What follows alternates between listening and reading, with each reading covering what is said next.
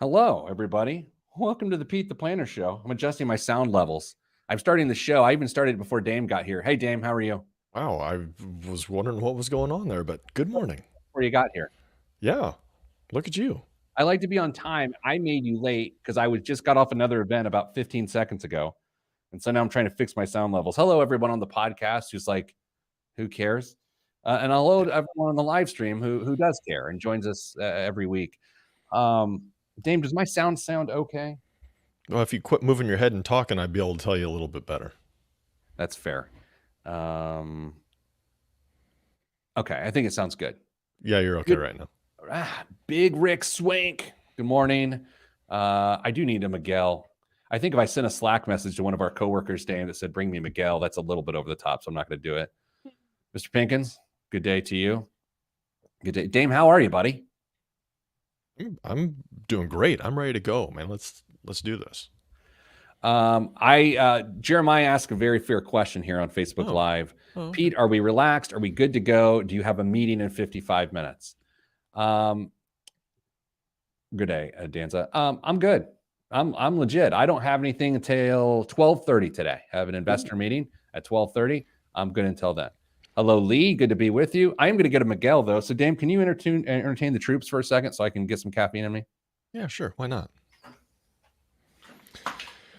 All right, so this is what we like to refer to as our little special time together without the distraction of Pete or maybe the craziness that Miguel brings in. So we've got a great show lined up for you today. We're going to talk a little bit about current realities with 1,000-point swings. Rick, big Mother's Day plans this weekend. Actually, we do. We're taking everybody to out for lunch. My mother-in-law, my mom, my sister-in-law, everybody's going out to lunch this weekend, and it's on us. So good for them, right? All right, Pete, big Mother's Day plans this weekend. Big soccer weekend. My daughter's regional gymnastics championships this weekend. I'm going out after the show today to buy my wife and my mom a gift. Yeah, those are the plans. Is Cassie back in town? Yes, she's back in town. Gotta tell you, my father-in-law called me while she was gone and said, "Dame, should I go out and buy the ladies some corsages for Mother's Day this year?" I was like, "Yeah, absolutely. That seems like a very appropriate thing that you would suggest, and so I'm not going to squash it and say that it might be from an era past." But I was just thinking, what year is this? I mean, go buy some corsages. Go all for due it. respect. So, yeah, no, very sweet of him to suggest it, though. Dame, I have Pinkins heading to the Derby tomorrow. What horses would you like me to place a wager on, Pete and Dame? Dame, can you pull up the ponies that are running tomorrow? Yeah, let me get that real quick. Let me get the research team on that. Hold on. Dame, I've not talked to you much this week, so it is actually this is the time of the week that you and I get to spend a lot of time together, and it's nice to see you. Yeah, and you managed to shrink that amount of time that we get to spend together today. So that was fantastic. Great planning on your part. I have to say, I think it was Spencer on my Twitter account. Hold on, a listener of the show, yeah, Spencer Pelfrey sent me the most horrendous story of him driving an Uber ever. It's on his Twitter feed if you want to go find it.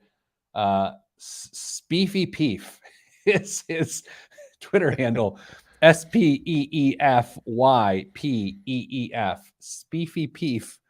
You can read the most horrendous Uber driver story of all time. He says he likes our travel stories on the air. So go read Speefy Peef's nightmare of an Uber story. I can't read it on the air. That's how bad it is. Oh, would you like me to read the names of the horses in the Derby tomorrow? Please do. Mo Donegal. Okay. Happy Jack. Okay. Epicenter. All right. Summer is Tomorrow. Smile Happy.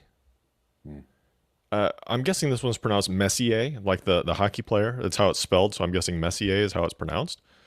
Crown Pride. Charge It. Tis the Bomb. Zandon. Pioneer of Medina. Or Medina. Taiba. Simplification. Barber Road. White Abarrio. Cyberknife. Classic Causeway. Tawny Port. Zozos. And Ethereal Road. I'm going with Ethereal Road. It's the only one I can remember. That's a 30-1 pick. So you're gonna and fully on the outside. So that's a bold choice there, Mr. Dunn. Do you like the ponies? No, I have known nothing about them. I don't either. All right, let's. Oh, Brian, go ahead. Put a buck down. The better question is, does your dad have any interest in the ponies this year?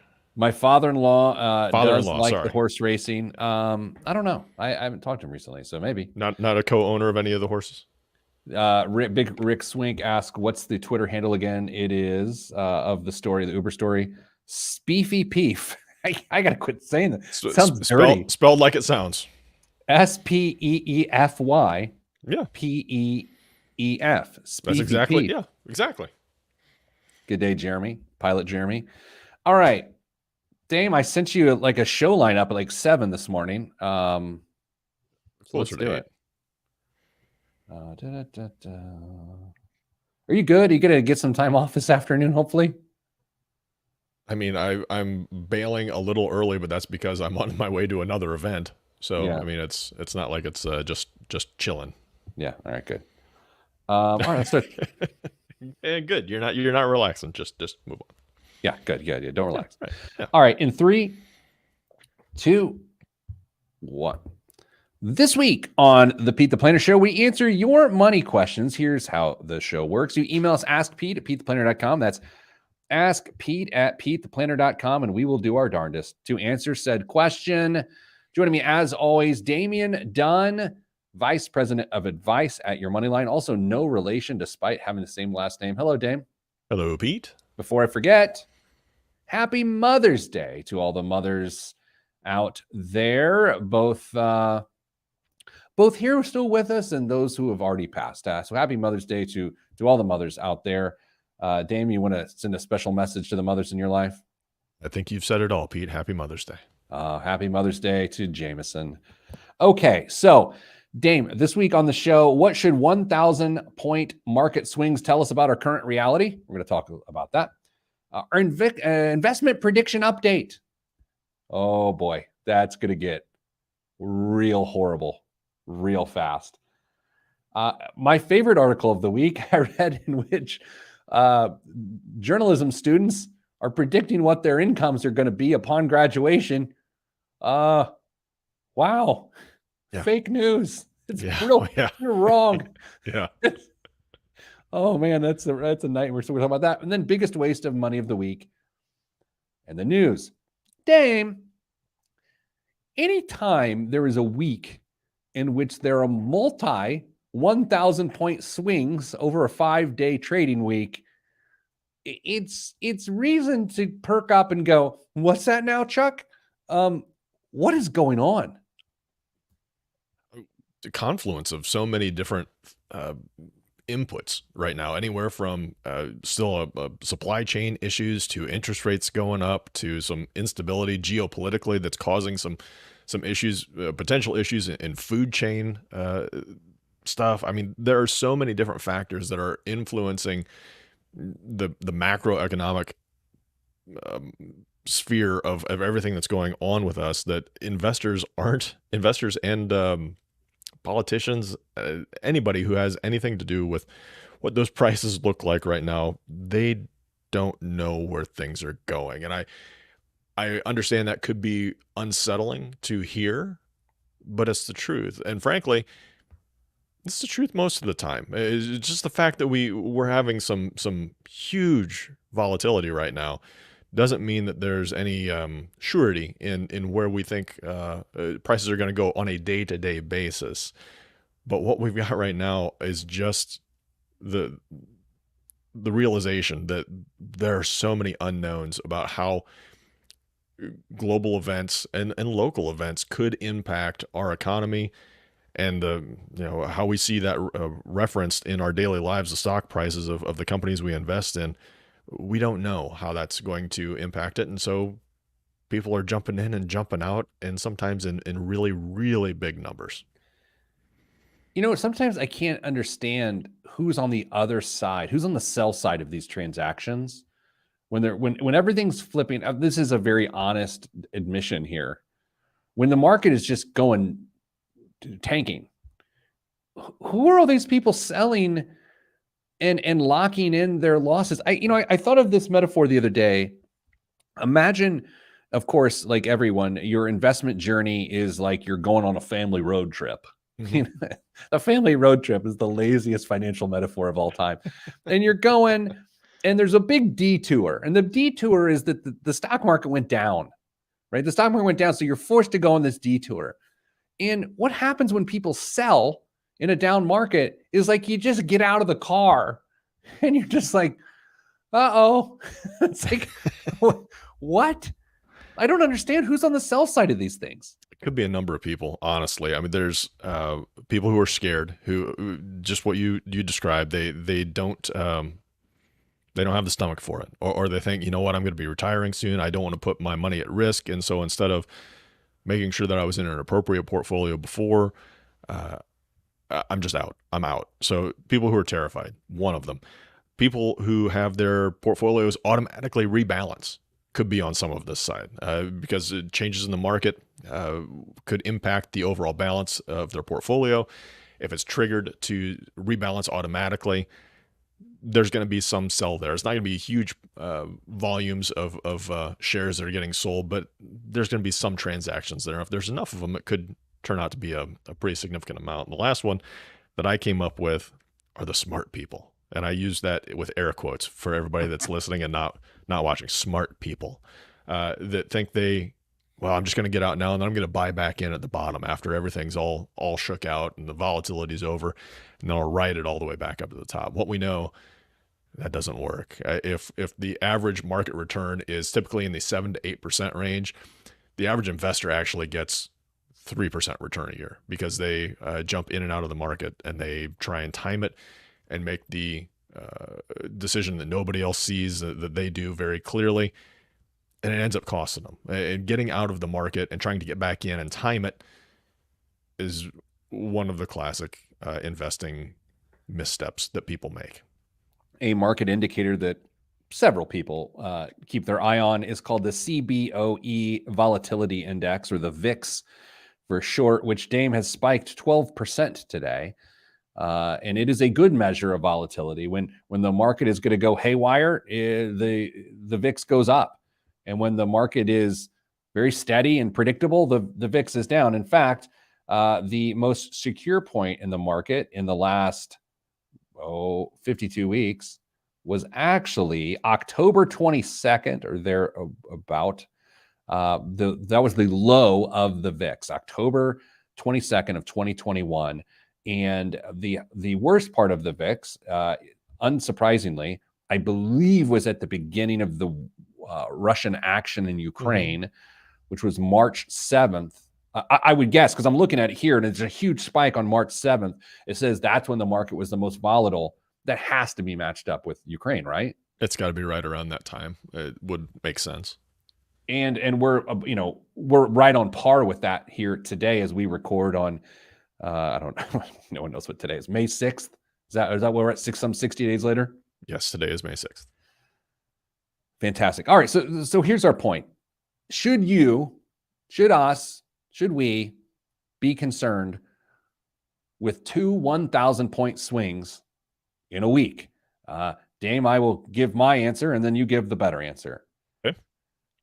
It's worth noting, but it's not necessarily worth taking action. At 44 years old or 88 years collectively, you and I aren't going to take action to lessen the burden. Although if we had some dry powder, as they say in the biz, we could arguably invest more right now. Totally. The opportunities to put more into the market are robust right now. And if you believe that the market is going to end higher by the time you need that money, great time to invest. By the way, that's almost always the situation. If you've got plenty of time horizon and you think the market's going to be higher, always a good time to invest. I know that sounds like a very canned and salesy line from somebody who is in the industry or was in the industry, but no, that's just actually how it works. I agree, Pete. It's not anything that I'm going to do or make any changes in my portfolio with. If you are spooked by things like that, you need to talk to a professional. Make sure your portfolio is allocated appropriately and diversified the way it should be. But you're not going to you're not going to make a huge change in the events that have already happened, and all you can do is prepare yourself going forward. Getting out of the market is likely not the answer for you. Yeah, even alternative investments such as cryptocurrency are really even suffering quite a bit right now as those prices are depressed. So Dame, let's do this. Let's bring some joy to this hellhole of an investment landscape by talking about our investment predictions, our investment prediction update 4 full months into our contest. Who are the winners? None of us. And who are the losers? Both of us. That's next right here on the Pete the Planner Show. I'm Pete the Planner. Danza came up with a line that I was struggling for in my head, starting a land war in Asia. That was what I was going for. Oh, I missed that. I sent you an article with Warren Buffett earlier this week, or some of his comments, or Charlie Munger, one of them. And the funniest thing about that, how can you not look at those two at the Berkshire Hathaway meetings and not think that they're the two guys in the Muppets standing Exactly up? what I was. Yeah, you know what I mean? I would pay to have somebody create their next set for one of those as the little box from the Muppet Show with them sitting in just these nice red crushed velvet chairs and making comments. That'd be great. I wrote a column, I think a year ago. You know me, I could have been last week. About, I think the strangest thing that's going to happen was a prediction that when the market was good. It was so I think it was probably in like October. Those were the days. Yeah. I was like, when things get weird, because they're going to get weird. I know it. You just knew it was going to happen. What are these newer investors, the least experienced investors, all they've known is a 13-year bull run? What are they going to do when Hulk Hogan raps these 20? No. What are you going to do? And I saw a Twitter thread about that yesterday, that part of this shaking out right now is these newfangled amateur investors trying to figure out where to find a floor, Yeah. This was a concern that I think you and I had way before last October, was just saying, the swings, and this is my personal opinion, I don't really have much to base this on other than anecdotal evidence. That's what I like. Yeah. The swings in the market, and I've been saying this for probably the better part of a decade, the swings are going to be bigger. Just going bigger, and they're going to come faster going forward, just because of the amount of access people have to stock markets. The information that is presented and people are making decisions on is getting better for those that actually read it. And then there's also greater media coverage, which is going to incite emotions and fear and greed and all sorts of FOMO and all that great stuff. So I don't want to say get used to it, but I think this is going to be way more normal than it maybe was 2 decades ago. Swings like this are going to be not unheard of. Dame, how excited are you for the new Jack Harlow album that dropped today? I've already listened to it 3 times. I don't know if I believe you. You shouldn't. Yeah. Okay. I have. Okay. So let's do the show. You got our picks pulled up? In all their glory. Oh my gosh. Pete, I've got my spreadsheet set up so it shows red for negative returns and just white background for it's a blood positive. There is a lot of blood. There will be blood. Okay. All right. Well, this is the whole segment. So am I choppy? Is my feed choppy? I know looks like my video is choppy. It's the video seems to be lagging the audio just a bit, but the audio is good. Okay, good. That's all that matters. Because that's how we get paid. That's right. Yeah. Those big bucks. I don't even know what that means. Okay. In 3, 2, 1. Back on the Pete the Planner Show. Dame, every year you and I take a moment and make stock market predictions because we're geniuses. Hmm. And we want to know what we think the best stock of the year is going to be, what the worst stock of the year is going to be, and where we think the S&P 500 will end up from a percentage standpoint of up or down for the year. And now that we've completed our 4th month of this calendar year, I want to know how we're doing. So, Dame, you are the keeper of this information. Before you get into the details, is one of us far exceeding the other in terms of success here, or is it a mixed bag? It's mixed bag, but we are thoroughly trouncing each other in those respective categories. Okay. Let's start with the least. If you this is a judgment call I'm asking to make here. What's the least interesting contest? That I would think it's the S&P 500. Yeah, it's got to be. We got to start with the S&P, I think, to set the tone here a little bit. Pete, we submitted our guesses as to what we thought the S&P would end up the end of the year this year, and frankly, if I had to say what I think was going through our minds was, man, there's no way I can say that there's going to be a negative return this year, so I'm going to go with something very small and meager and just hope for the best. And you guessed 7%. Yeah, 7% up. Up. 4% up for myself was what that was. Pete, as of sometime within the last 20 minutes, the S&P has a negative 14.46 return for the year. So we are not doing great on that. I am technically beating you, but I wouldn't call that a win. What if you sell in May and go away? Is that what it is? Yeah. You would be locking in a negative 14% return for the year if you sold right now. So, okay. So we're not changing our bets here. No.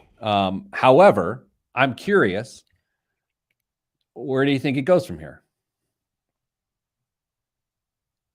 I think it recovers from here a little bit, but I think it still finishes the year negative. I think you're going to end up winning this one. I think it's going to be right. I think it's going to be anywhere from -4 to 4. Yeah, I think we're going to have a really big dip in the next couple months, about like it is. And by the way, not worth acting on. Talk to your financial advisor. Yeah, I think it recovers. If you look historically, we have dips like maybe not quite like this, but we have significant dips virtually every year in the stock market, and it comes back, and it's okay. So we're down right now, almost 15%, but it's going to be okay. All right, Dame. Now let's go to our picks of the year, the highest performing stocks of the year. I believe I chose Cushman & Wakefield, the commercial real estate company. I thought I started out okay. I took a look earlier this week. Not so great. Dame, how's my pick for the year? My best performing stock pick of the year. How is it performing right now? Cushman & Wakefield started the year flat-ish, didn't stay there very long, started going underwater pretty quick, and actually just kept sinking like a stone. So right now you are negative 16.78% in Cushman & Wakefield. That is your winner pick of the year. So it is not only underwater, it is lagging the S&P 500. By the way, just a note here. I'll speak for myself. Don't ever follow my stock picks. Ever. Yeah, you and Jim Cramer, don't listen to either of those two. Can we talk about this for a second? Yeah. How can someone go on TV? Now, these people are smarter than me, at least. Mm-hmm. They're not smarter than you, but they're smarter than me. This is their world. How can you go on TV and tell people what to invest in specifically with any degree of confidence? I'm in the media, I'm in the financial world. I've just simply not understood the gusto that it takes to do that. That's how much they believe in themselves and their technical analysis of the things that they are purchasing and telling people to buy. People do this for a living, Pete, and if they've got that background and they've got that personality, they're going to step up there and say, I'm going to be a shining light of financial knowledge to the people, and here's what they should be doing to make sure that they are prepared financially for the rest of their lives. I saw a Twitter account about 2 weeks ago, some big crypto account that was like, it's going to 50K.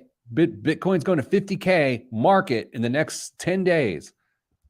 It's at 38. And it's like, first of all, I mean, it goes into the regulatory nature of advice and guidance and predictions.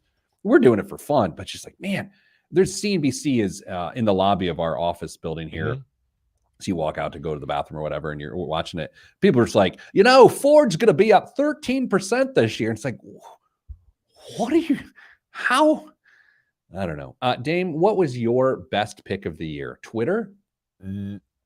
Well, I will get to Twitter. It's my best performing pick of the year. It wasn't on the right side of the ledger, though. Okay, what was your pick? I cheated and went with Berkshire Hathaway for my best pick of the year. I basically picked a mutual fund that's a stock. And you know what? It's paying off. It's been up a lot this year. It's come back to earth recently, like everything else, or at least it's above the soil line and not underneath it. 4.89%, Pete. 4.89%. I have made money with my winning pick this year. Wildly outpacing the market. Crushing it. That did feel like it was clever. It was a clever pick. It does feel like cheating. There were no stipulations put on my pick or your pick, and so I went with what I knew, and I put my faith in the Oracle of Omaha. What are the loser picks of the year? I believe yours was Twitter, was it not? Mine was Twitter, and thanks to Mr. Musk, he has quashed my dreams for winning just an outright sweep in this challenge this year. I was beating you very badly with that prior to Mr. Musk taking Twitter private or making his bid to take it private, and it went immediately from down like 15% for the year to now it's up 14.53% for the year. So thank you, Elon. You can send me a Tesla as compensation, and we'll move on. Are you saying love me tender? Yes. Yeah. How many people used that joke within the last 3 weeks? Too many. Yeah, too many. Okay, so your worst pick of the year is actually beating my good pick for the year. Yeah. Okay. What is my worst pick of the year? Pete, I have to say I scoffed when you made this pick because I thought there's no way. Amazon. You picked Amazon, Pete. It is down nearly 32% right now for the year. Let me tell you, as an Amazon shareholder, when you're right, this was the logic, by the way, that if it went down, that at least I could feel good because I beat you in this. It's at a 52-week low today. It's 1,500 points off of its high, which was September 13th of 21. Oh, yikes. I did look at my brokerage account last night in anticipation of this discussion. Yeah. Yikes. Yeah. All right, so I am dominating you Yeah. in that one by some 45 or whatever the math is percent, 46%, 47%. All right, so we will check in a couple months to see what has changed. Good luck, Dame. You know what? I hope you beat me in the worst pick for two separate reasons. Yeah. Number one, I want to make my money back.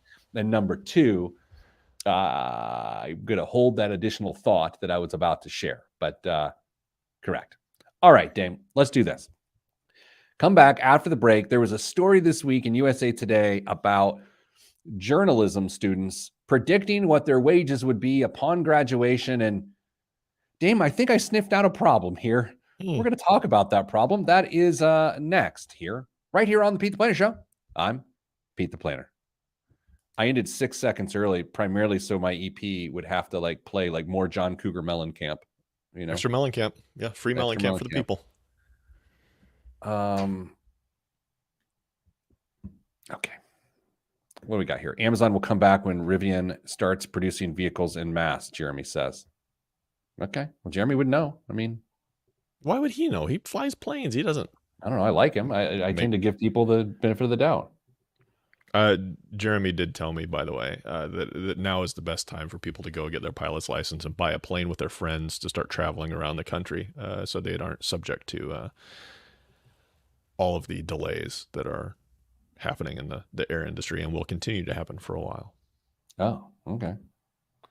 How about the Winning Channel? You Did keeping an something eye on just come that? through? Yeah, I missed it. love to see that. Oh, sorry. We have a Slack channel when business development team gets a win, and it just pings us all. That's sort of fun. Okay, Dame. Let me pull up that article here, please.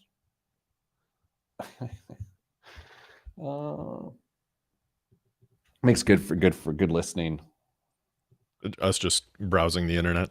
Yeah, that's great. Let's hope the sound for this video doesn't start up. Okay, here we go.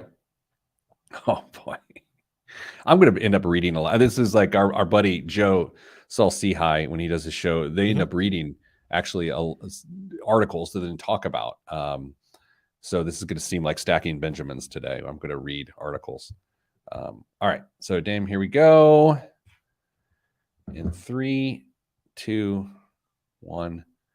Back on the Pete the Planner show. Dame, do you ever read USA Today? Occasionally. I mean, the digital edition, not the actual tree-based edition. There was an article this week by Wyatt Grantham Phillips, the man with 3 last names. This name's Wyatt Grantham Phillips. So we're not here to make fun of people's names, so I won't do that. His article, here's the opening paragraph. Today's college students expect to make about $103,880 in their first post-graduation job, a survey suggests. But the reality is much lower, as the average starting salary is actually about half that at $55,260, statistics show. So, Dame, let's rip off the Band-Aid on this topic. How surprised are you to learn that the average 22-year-old is seeing double when it comes to the job prospects? Not at all. For quite a while, I think we've known that for whatever reason, it's often true that college graduates and unfortunately, oftentimes graduates in certain fields overestimate greatly the earning power of their degree upon graduation, and unfortunately, maybe 5-10 years down the road as well. And part of me has to wonder and start to connect dots. Is that part of the reason that we're having issues with student loan repayments? They thought they were going to be making more. Okay, so you've tapped into where I'm going with this. Dame, I'm feeling especially aggressive today. It could be the fresh, cold taste of Miguel, Kirkland's cold brew, 100% Colombian coffee that I'm drinking right now. Dame, who is to blame that a graduating college senior thinks they're going to make twice what they're really going to make? Like, we're blaming people. We're naming names. Okay. Who is to blame for this? Now it's going to be, what do we call that? They call it in the insurance business. I'm talking about, like cumulative blame or something, like aggregate blame or something like that, where you get a percentage of the blame for the accident. I can't think of it. Yeah, we'll just go with that. Sure. It's on the, I'll think of it when you're talking. Who's at the top of the list? Number one person to blame. Pete, this answer is going to shock you. It depends. If they are actually being told by the institution that they are going to attend that they should anticipate having this sort of income upon graduation with this degree, it's clearly the institution's fault. However, you can't put it all on the institution. There has to be a little bit of legwork done. I mean, they're journalism majors. Shouldn't they be investigating some of these things? Trying to figure out exactly what they're going to be earning, what the prospects look like, and realizing that not everybody goes to work for the New York Times. Not that I'm saying that they pay their first years some tremendously great salary, but that most of the journalism jobs are going to be in mid-markets and potentially even smaller markets, and you're going to have to climb that corporate ladder there for a while to try and get the income that you think you deserve. So specific within the article, journalism students were the least realistic. They expected 139% more than the median journalist starting salary, projecting to make $107,040 1 year after graduating. Well, the average salary in that industry is actually 44,800. I am feeling excessively aggressive today, so I want to go a little further here. What if, when you entered a school within a university, a journalism school, an economics school, a business school, Chris, by the way, I'm laughing. Nothing better than when the host of a show laughs at something he reads and then doesn't acknowledge it. But I'm going to, director of education, queen of education here at Your Moneyline, Kristen Alenius just noted, rip Pete's email inbox. Yeah, pretty much. Pretty much. That's what's about to happen, especially when I say this. On your course catalog, it should have listed the average income of someone who's graduated from that school. And I know that education is not just for income, it's for enlightenment and bettering ourselves. But how can a kid go through a school and not know what's coming? There is a giant wolf spider in my studio, and I don't know if I'm going to save myself from it. Oh my gosh. I think you'll still win that one, Pete. Oh, and the people are like, don't kill it. Don't kill it. It's like, it's going to kill me. Dame, what do you think? Why can't we put average income, even the data from that school, in the course catalog? This is old guy gripey Pete.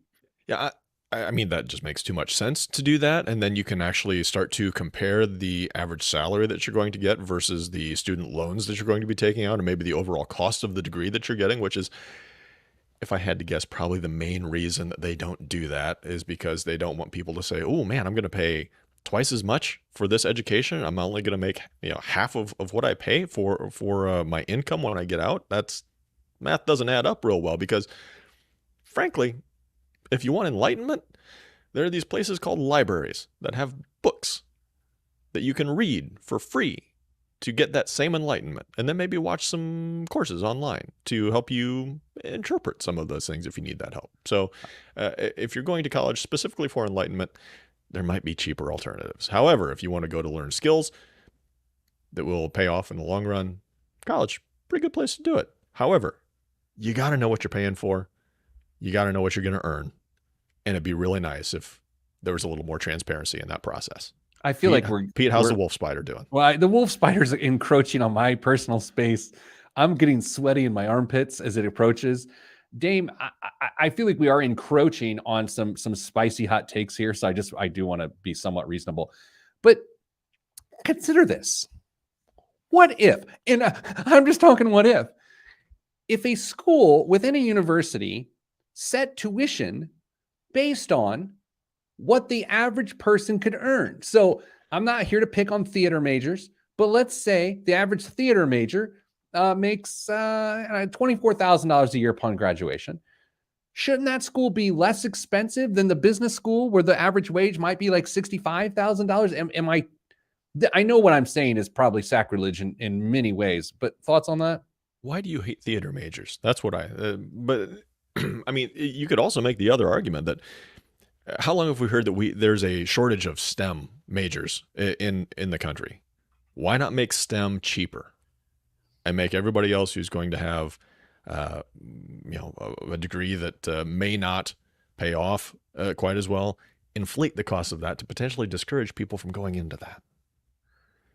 It's funny how college, we talk so much about money in college now, student loans and those sorts of things, yet somehow we avoid talking about money in a college degree. Like, how can we talk so much about numbers and money and the implications of a certain type of education without actually talking about the income at the beginning of it? Like, I know I'm not discovering some fresh hot take here. And now that the wolf spider has gone out of sight for me now, that's in my studio, I am terrified. But how can we not be up front and center about industry average pay? We should be. And frankly, this was a question or a little conversation you and I had earlier this week.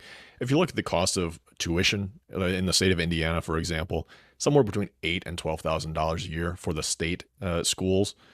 That doesn't seem all that unreasonable to me, but it's when you start layering in all those other costs, tuition, room and board, that things may start to get a little out of hand for most people's finances. So if the education itself is affordable, how can we control some of those other cost factors, which is a question that most families have to wrestle with themselves. I have a liberal arts degree, and my major is business administration. So I feel like that. First of all, I love my liberal arts degree. Just if we're being honest here for a second, I feel like it really made me think differently. But I was in the business school, right? So I feel like the average wage justified the expense. So anyway, coming up after the break, biggest waste of money of the week right here on the Pete the Planner Show and current events. That's next. I'm Pete the Planner. This is the Pete the Planner Show. Oh, damn. That spider was the size of, a Reese's cup. It's the size of a Reese's cup. I am going to project it onto the screen right now. I've got some fancy camera work I'm going to do. People on the podcast, this is why you must watch the live show. Holy Moses. That is the size of like a Kit Kat that had been sat on. Hold on, Dave. What are you going to put down there for scale? Can you put your hand down there by it for scale? Okay, hold on. Oh, boy. Oh, my God. Oh, I got to transfer. Okay, hold on. Okay, wait. Can you see it? No. Right there. Hold on. Pete. It just looks like part of your car. I can't. Okay, I see your carpet moving. Yeah, it's big. It's not. If that makes its way under the door, we're going to be down a coworker. Like that could could kill somebody. You better go warn your coworkers that there's certain death looming on the side. Oh, look at door. It, Pete. Those are what, like 12 by 12 square pieces for carpet in there? Maybe they're a little bit. Don't do. No, those are 12 by 12. Look at it. It's got a backpack on. It's got a JanSport backpack. You know what? Those aren't That's not a backpack, Pete. Those are all the little babies that are hanging on to be transported around the office. I hate you, and I mean that. Okay, hold on. Oh my God. Should I go warn people? It's so big. You know what? I'm getting up. We're walking over to it. Okay, hold on. I can't broadcast. You're going to have to. All right, folks. Here we live action cam with Pete, the spider hunter. This is how Steve Irwin wished he could have gone. Getting closer. He's lost it because it's like the size of a nickel. What is he doing? I've never been more embarrassed for Pete in my life. This is.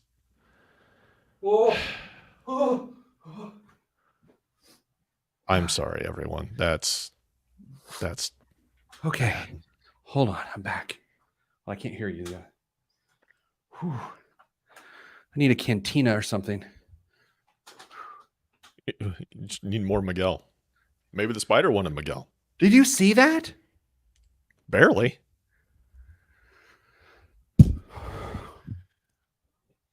This is why you carry a church knife, you know? Church knife? When I went to church as a kid, I had a Swatch watch Swiss Army knife, and I would take it with me in case there was a church intruder. I could like file their nails or something. So every time I carry a pocket knife, I called it church knife. Oh, well, a Swatch watch Swiss Army knife. I'm going to have to Google that. All right. Oh my God. Okay, let's continue the show here. Can you gather yourself and make? No, I'm a little shook. I'm a little shook. Yeah. Well, nickel-sized spiders will do that to you. No, Rick, I don't always have a knife. Dame, you carry a knife. You right? Uh-oh. This is daily carry. What are you gonna pull out? Is this when the Krav Maga fails you? If you get a cramp in your hand? No, this is if I need to cut something, Pete. I was with listener of the show, Jason, at an event this week, and he was loving some Krav Maga talk. It was pretty fun. Yeah. But I mean, my side of the Krav Maga talk. Say, how much did you contribute to that conversation? A lot. Okay. Okay. I gotta get big. I'm shaking. It's handy that conversation didn't happen when I was there. Dane, would it surprise you to learn that Mrs. Planner takes care of the spiders in our home? No, not at all. It does not surprise you? No. Okay. Not after that display. Girl. How about mice? I take care of mice, but we Yeah, know, like, but we don't have a lot of mice. There are a lot of spiders. So yeah, it's close to chipmunks, so I could see how you'd handle mice. Rick Swink says, I used to carry 3 knives, but I found a Leatherman and a couple extra accessories to trade 2 for once, and I only carry 2. What are you, Edward Scissorhands? Why do you have that many blades, Rick? No, you might have a fixed one that's a little bit more robust for bigger jobs, or a small pocket knife. What are you, for a Cutco salesman? No, but have one that's for kind of an everyday use to open things and cut cardboard, stuff like that, because that just damages blades super quick. So there's all sorts of reasons to carry multiple blades. Okay, I'm between the lack of food, the copious amounts of caffeine, and the threat of that arachnid to my soul. Yeah. Oh, someone just said they could carry a Spyderco. That's not fun. Yes, it's a knife brand. Pete. No, I think he's trying to make fun of the spider in the studio. It's the Sage carbon fiber. That's nice choice. 3, 2, 1. This week's biggest waste of money of the week, right here on the Pete the Planner Show, is the Deheen 1920 Pocket Tee. Cut and sewn in Portland, Oregon, this heavy-duty T-shirt is a prime example of Deheen's, no one knows, commitment to making long-lasting quality products. Each shirt is made from cotton jersey fabric knit and is crafted to be the most functional item in your drawer. Time out. Dame, how do you say drawer? Drawer. Say it again. Drawer. Doesn't it feel like there should be more involved? It does, but I'm in northern Indiana, and that's about as involved as we get. Drawer. No. Drawer. Don't overcomplicate it. Just drawer. This is a standalone tee. It's not meant to be an undershirt. So this is in the copy. Another timeout. How many timeouts do I get per Boam? 1 full 230s. Okay, this is a 30. This is a standalone tee. It's not meant to be an undershirt. So this shirt, which is going to be the biggest waste of the week, now they're telling you that you can't place something on top of it, which just seems pretty high maintenance. Yeah. It's finished with a single chest pocket, a zigzag stitch at the neck label, and is built to stand the test of time. Available in white, black, or heather gray. Here's my beef with this thing. My beef with this tee. Like a white shirt, a white undershirt. Oh, it's not even an undershirt. A white shirt is not going to stand the test of time unless you like white and yellow shirts. Yes. Dame, how much would you guess this Deheen 1920 outer shirt costs a brother? I would pay 0 because I am not a pocket guy on t-shirts like this, or it doesn't. No, I don't care for them. So, t-shirt, the inflation in the t-shirt market is, I can't understand it, frankly. And this is just like per t-shirt, not like a 3-pack or something. No. These, I don't think Deheen sells the 1920 pocket tees in a 3-pack. Is the material actually from the 1920s? No, it's newly made cotton jersey fabric knit. I would say that these are going to go for $110 each. You missed it. It's $58, but I will say this. $58 for one t-shirt seems like a bit much. And I also have to know, like, this feels like a thick shirt. Based on how they described it, who wants a thick t-shirt? Only one way to find out, Pete. You're going to have to order yourself one. Dane, what's in the news this week? Pete, on page 108 of the 1040 tax guide this year, you're going to find a chart that estimates the average burden, quote, average burden for taxpayers when it comes time to file. Burden, in this case, is referring to the amount of time as well as the amount of money spent to file. There are 2 classes. Non-business taxpayers and business taxpayers. We're going to stick with the non-business for this little guessing game that makes up 72% of the filers. Pete, how many hours would you guess the IRS estimates someone is going to spend with record keeping, tax planning form completion and submission, and all other time needed. How many hours is that going to add up to? Non-business? Non-business. By the way, I felt something on my face. I swore it was that spider. I had to look in the camera. Non-business, 6 hours. 9 hours. 9 hours for the average taxpayer's burden to take care of their taxes. That seems high to me. But does that include hiring someone to help you, or does that just mean preparing the stuff for someone to help you? Record keeping, tax planning, form completion, and submission. That is 3 hours, by the way. Form completion and submission, 3 hours. And a little slush for the all other. So I clearly I hire someone to do my taxes because I'm an idiot. Not because it's just I can't do it myself is what I'm saying.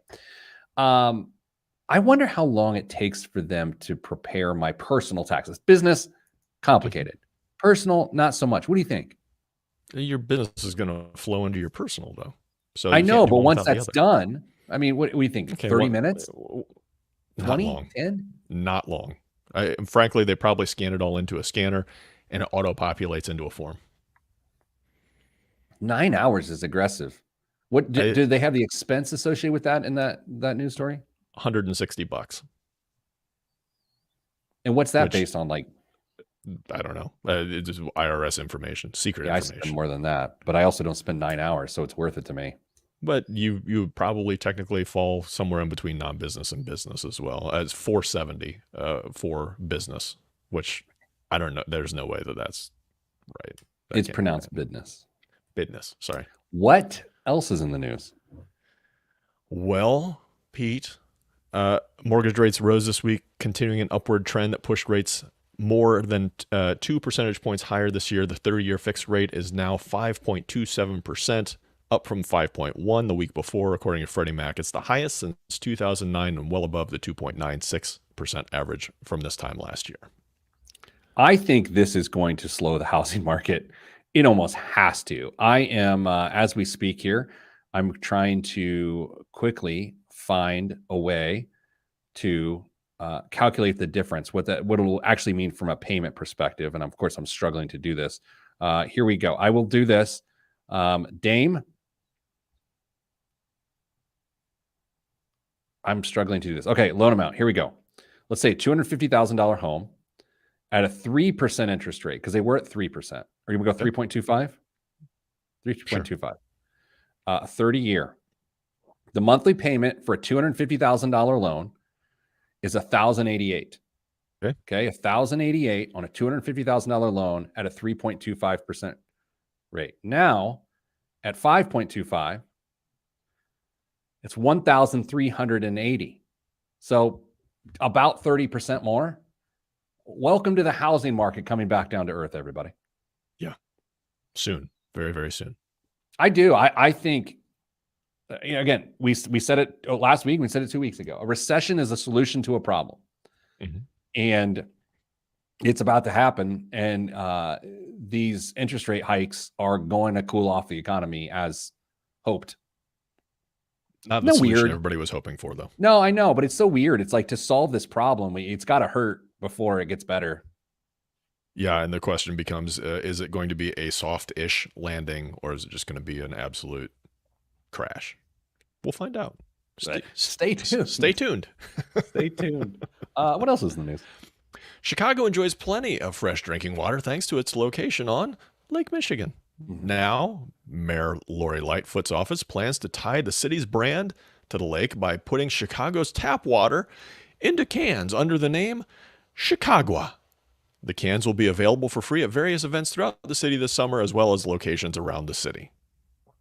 Pete, have you ever jonesed for some Chicago tap water? No, in fact, like I go to Chicago frequently, and I've had their water, and at no point in time have I'm like, you know what, I wish they would can this and sell it.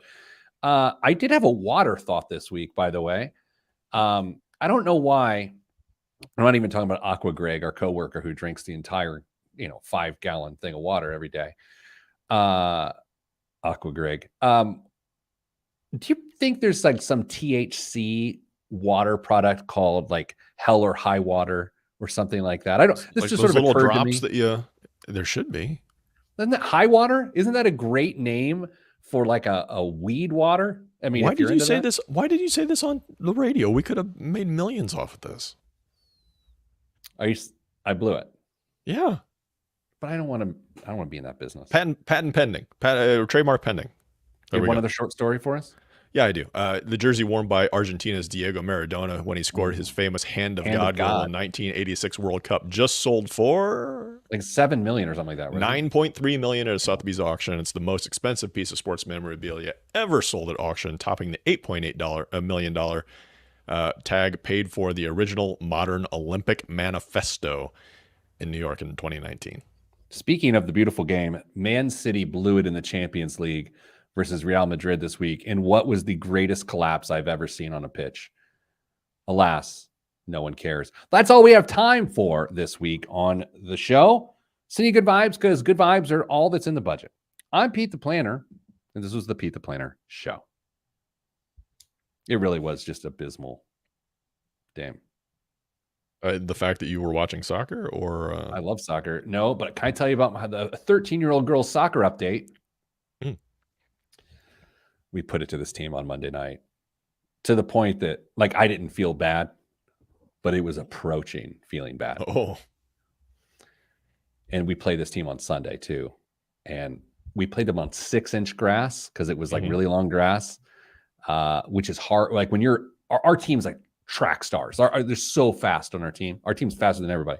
6-inch grass makes it more even. We're playing on turf on Sunday. It's poor girls on the other team. They don't know what's going to hit them. This show airs an hour and a half after the game will have taken place on Sunday. So it's conceivable that these young women and their families are on the way home from the game, maybe stop to get some ice cream to wound or to soothe their wounds, so to speak. Yeah. Good game. Do you want to make a prediction? Nope. My predictions have not been going well recently. Do you want to call into the station, see if they can insert a little bumper before the segment or after the segment to update everybody? I do want to share a little piece of news with you. Oh. The girls on the team have started mocking how early I get to the game, to the practices. They've started making fun of me of like, I'm way too early. Like 13-year-old girls are like, what do you do? What's wrong with you? Let's say I happen to be a business owner, and bad news, girls, if you're going to go into the world of employment, you better be early too. That's what your employer is going to anticipate. With your kids' sports, the Aquaduns, and even when they were on land a bit, do you ever see one of their teammates perform on the field or the pool and think, God, I want to hire that kid one day? Just like how they conduct themselves and like how they go all out. Every time I watch my soccer team, I'm the assistant. There's a couple girls on the team. I'm like, I want to hire that person someday because they're ridiculous. They will never give up. Yeah, I've seen some tremendous achievements as well as efforts that have been given, but just how some of the athletes approach what they do, even at a young age. It's not like they are being forced or influenced to do it by parents. They truly love it, and they want to do whatever it's going to take to make them get better in age appropriate ways, obviously, but it's just different for some people. And there's no better illustration than seeing what people do when they're not prompted. Agreed. Dame, I hope you have a wonderful weekend. I just wanted to prove with this last bit of banter that I wasn't in a hurry to get off the air today. But I got to go. I got a lot of stuff to do. All right, Dame. Good to see you. Good to see everybody else. Thanks for being here. Stay getting money.